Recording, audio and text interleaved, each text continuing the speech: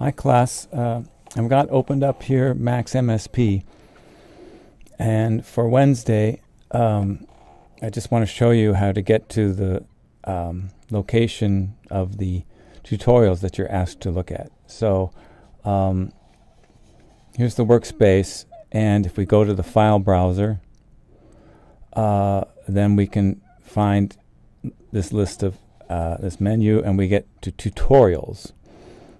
And we're starting with the Max tutorials.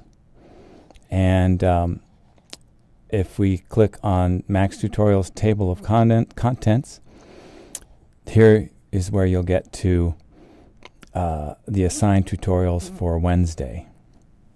So once you've looked at those first few Max tutorials, I would recommend also taking a look at least at the this tutorial on how MSP works, and just begin to orient yourself. There's a huge amount of information, and this explains the basics of Max and MSP.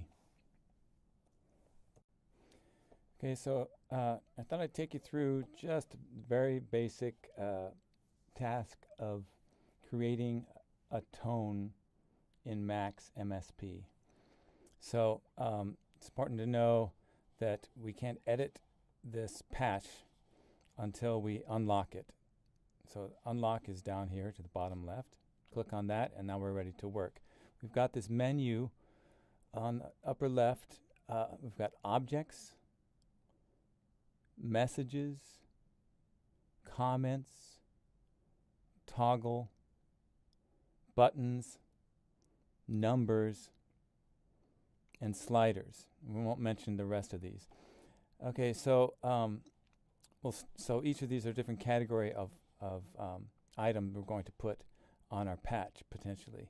So if I click on object, then I get an object appearing.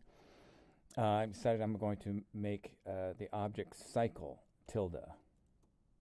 Okay, I typed cycle, and I found it's auto-filled a little bit, and cycle tilde is the one I want. It's a sinusoidal oscillator. I'll go fast here.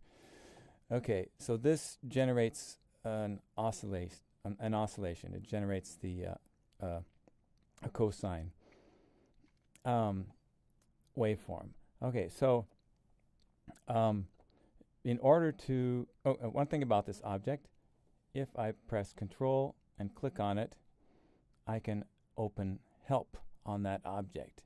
On any object in Max, this is very handy. So you can go in and examine this tutorial here, and each of these are themselves a working patch.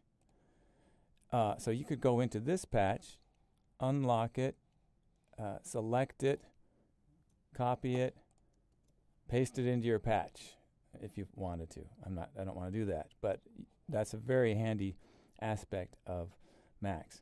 Okay, in order to tell this cycle tilde what to do, I need to tell it what frequency to play. And if I float over this inlet, I see frequency.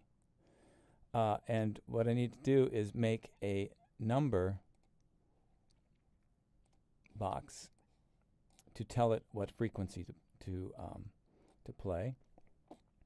Okay, so this is now being told, will be told what frequency. And then finally, I need to output. From the output, I need to create a digital audio converter. And so I'll make another object. I could click here, or I can do Command N. I'm sorry, just N. And have another object. And the object I want here is Easy DAC, digital audio converter. Okay, I click on this, and when I click on this object, it changes into this icon for a speaker. Now I know ahead that this cycle tilde is very loud, so I'm going to also add in a